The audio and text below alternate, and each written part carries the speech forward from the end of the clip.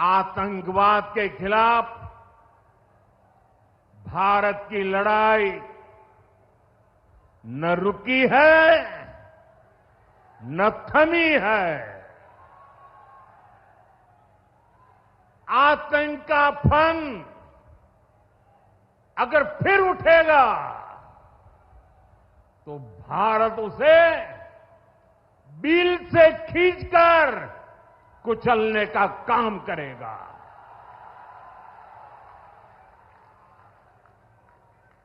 साथियों, हमारी लड़ाई देश के हर दुश्मन से है, फिर वो चाहे सीमा पार हो या देश के भीतर हो। बीते वर्षों में हमने हिंसा और अशांति फैलाने वालों का कैसे खात्मा किया है, बिहार के लोग इसके साक्षी हैं। आप याद करिए, कुछ साल पहले तक सासाराम, कैमूर और आसपास के इन जिलों में क्या हालात थे, नक्सलवाद कैसे हावी था।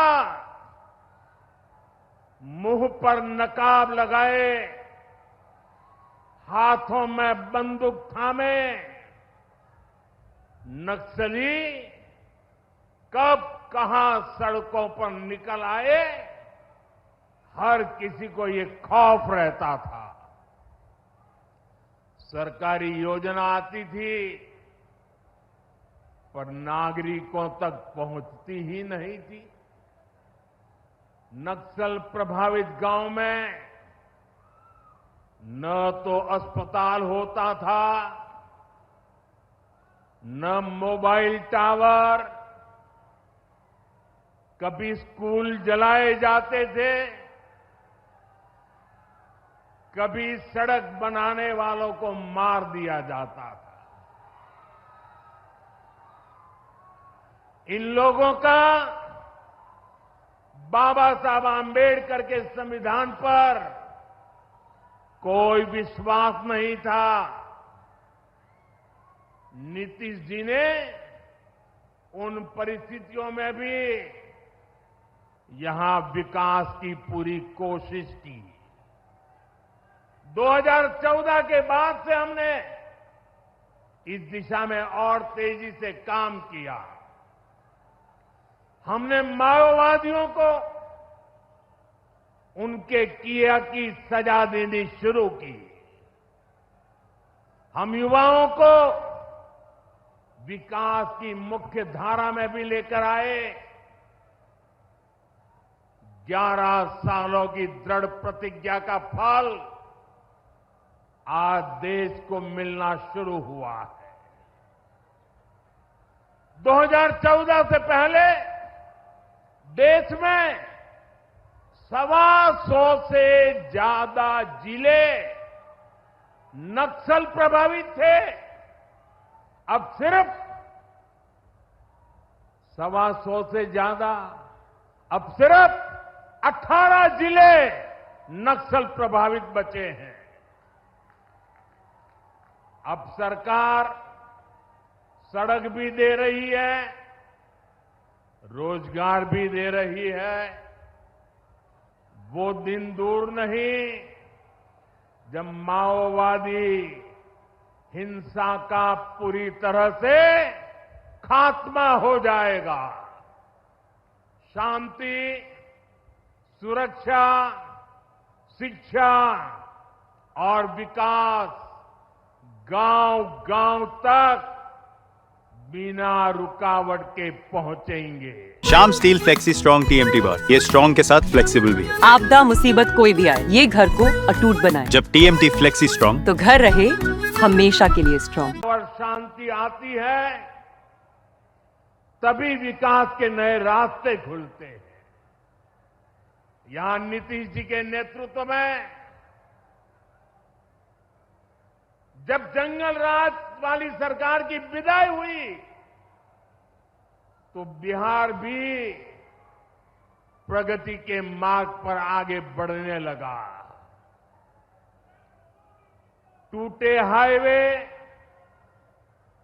खराब रेलवे, गिनी चुनी फ्लाइट कनेक्टिविटी, वो दौर अब इतिहास बन चुका है, पीछे छूट रहा है। साथियों, कभी बिहार में एक ही एयरपोर्ट था, पटना। आज दरभंगा एयरपोर्ट भी शुरू हो गया है। अब यहां से दिल्ली, मुंबई, बेंगलुरु जैसे शहरों की फ्लाइट मिलती है। बिहार के लोगों की लंबे समय से मांग थी कि पटना एयरपोर्ट के टर्मिनल को आधुनिक बनाया जाए। अब ये मांग भी पूरी हो गई है। कल शाम मुझे पटना एयरपोर्ट की नई टर्मिनल बिल्डिंग का लोकार्पण करने का सौभाग्य मिला है। ये नया टर्मिनल अब 1 करोड़ यात्रियों को संभाल सकता है। बिहटा एयरपोर्ट पर भी 1400 करोड़ रुपए का निवेश हो रहा है। साथियों, बिहार में आज हर तरफ 4 लेन और 6 लेन सड़कों का जाल बिछ रहा है। पटना से बक्सर, गया जी से डोभी, पटना से बोधगया जी, पटना, आरा, सासाराम, ग्रीनफील्ड कॉरिडोर, हर तरफ तेजी से काम हो रहा है। गंगा, सोन, गंडक, कोसी समेत सभी प्रमुख नदियों पर नए पुल बनाए जा रहे हैं। हजारों करोड़ की ऐसी परियोजनाएं बिहार में नए अवसरों और संभावनाओं का निर्माण कर रही है। ये स्टाइल का मामला है। रूपा फ्रंटलाइन।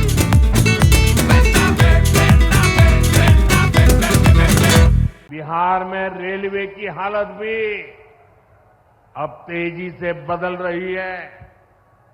आज बिहार में वर्ल्ड क्लास वंदे भारत ट्रेनें चल रही हैं। रेलवे लाइनों को डबल और ट्रिपल किया जा रहा है।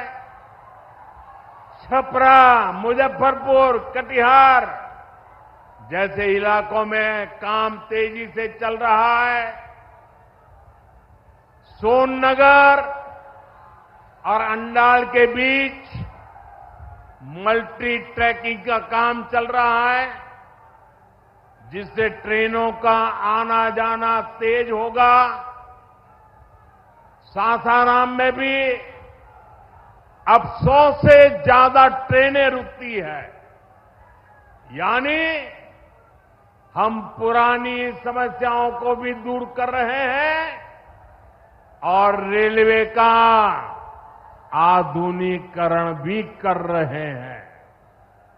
भाइयों बहनों, ये काम पहले भी हो सकते थे, लेकिन जिनके ऊपर बिहार को आधुनिक ट्रेनें देने की जिम्मेदारी थी, उन्होंने रेलवे में भर्ती के नाम पर आपकी जमीन लूटने का काम किया।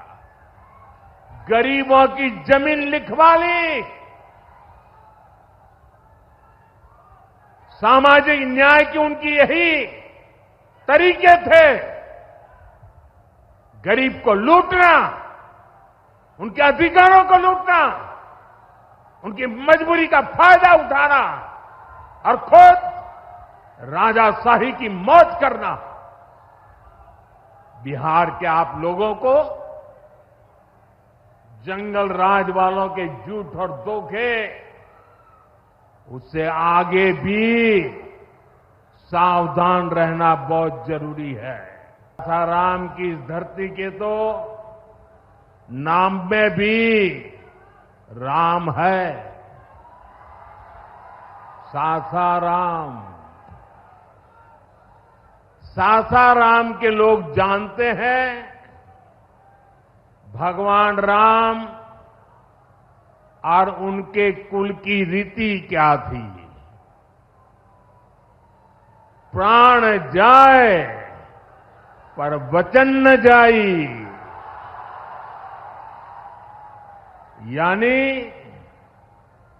जो वचन एक बार दे दिया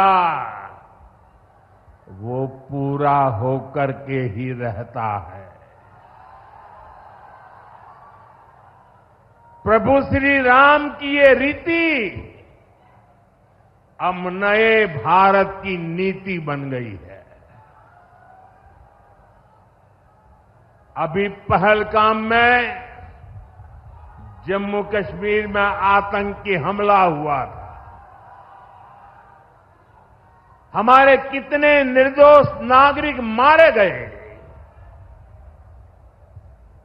इस जघन्य आतंकी हमले के बाद, एक दिन के बाद मैं बिहार आया था और मैंने बिहार की धरती से देश को वादा किया था, वचन दिया था,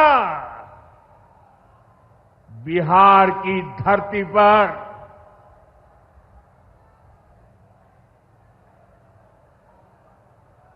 आंख में आंख मिलाकर हमने कह दिया था,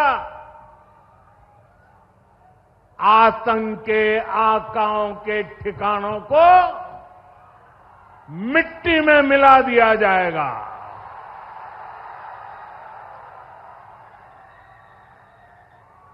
बिहार की धरती पर मैंने कहा था, उन्हें कल्पना से भी बड़ी सजा होगी। आज जब मैं बिहार आया हूं तो अपने वचन पूरा करने के बाद आया हूं। जिन लोगों ने पाकिस्तान में बैठकर हमारी बहनों का सिंदूर उजाड़ा था, हमारी सेना ने उनके ठिकानों को खंडहर में बदल दिया है।